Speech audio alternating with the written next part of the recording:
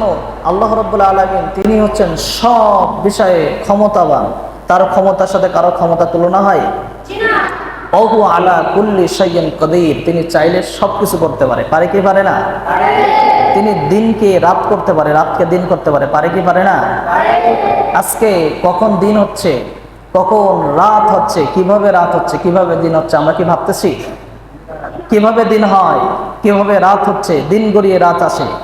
আজকে আবার সূর্যটা আসলো, সূর্য যখন উঠতেছে, উঠা মাত্রই সূর্যটা কিভাবে সে দাঁড়িয়ে আছে, কিভাবে দাঁড়িয়ে আছে, আকাশের কোন জায়গায় কিভাবে আল্লাহ রাব্বুল আলামিন সেট করে রেখেছেন।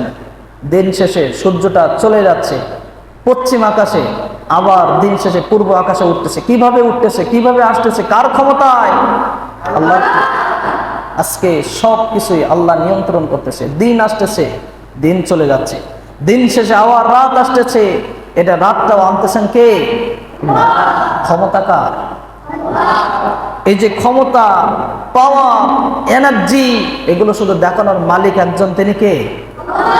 আজকে বিশাল আকাশ, বিশাল সবকিছু, এই যে বিশাল আকাশ, এই যে আকাশে ওপরে আমরা যেটা দেখতেছি, এটা কিন্তু আসলে আকাশ নয়, এটা কিন্তু আসমান নয়, এটা কিন্তু একটা শুধুমাত্র একটা ধোঁয়া।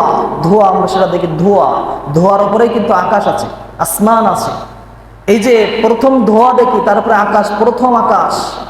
এক একটা আকাশের চেয়ে, প্রথম আকাশের চেয়ে দ্বিতীয় আকাশ আরো বড়, দ্বিতীয় আকাশের চেয়ে তৃতীয় আকাশ আরো বড়, তৃতীয় আকাশের চেয়ে চতুর্থ আকাশ কয়েক গুণ আরো বড়। সুবহানাল্লাহ। এরপরে এক একটা তারকা, এক একটা তারকা, এক এক তারকার চেয়ে বড়। সুবহানাল্লাহ।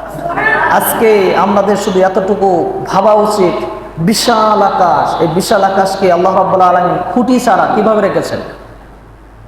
তার কোনো খুঁটি আছে? খুঁটি নাই, কিছুই নাই। খুঁটি ছাড়া আল্লাহ রাব্বুল আলামিন এই বিশাল আকাশকে কিভাবে নিয়ন্ত্রণ করতেছেন? বিশাল বড় বড় তারকা, বিশাল বড় বড় তারকাগুলো কেমন ভাবে ঝলে ঝলে রয়েছে, তার কি কোনো রাখার কোনো স্থির একটা জায়গা রয়েছে? কেমন ভাবে সেট করা রয়েছে, চিন্তা ভাবনা করা যায় না। কত সুন্দর ভাবে চন্দ্রটা সেট করা রয়েছে, রাত্রি বেলায় আমাদেরকে আলো দিয়ে দেয়, দিনের বেলায় সূর্যটা কত সুন্দর ভাবে সেট করা রয়েছে, দিনের বেলায় আমাদেরকে আলো দেয়। দিনের বেলায় যদি আলোগুলো আমরা না পেতাম, তাহলে আমরা নিজেরাই বাঁচতাম না। এই আলোর প্রয়োজন আছে না নাই? এই আলো যদি না থাকে, আমরা একসময় বাঁচবো না। এই দিনের আলো, এই রৌদ্র, এই রৌদ্র যদি না আসে, তাহলে কি আমরা বাঁচবো? আমাদের খাবার উৎপন্ন হবে? এমন এমন খাবার আছে যে খাবারগুলো উৎপন্ন হয় না রৌদ্র না লাগলে, ঠিক কিনা? এইগুলো দিচ্ছেন কে? ভরসা রাখতে হবে কার উপরে? কিন্তু আজকে আমরা ভরসা রাখি না আল্লাহর উপরে।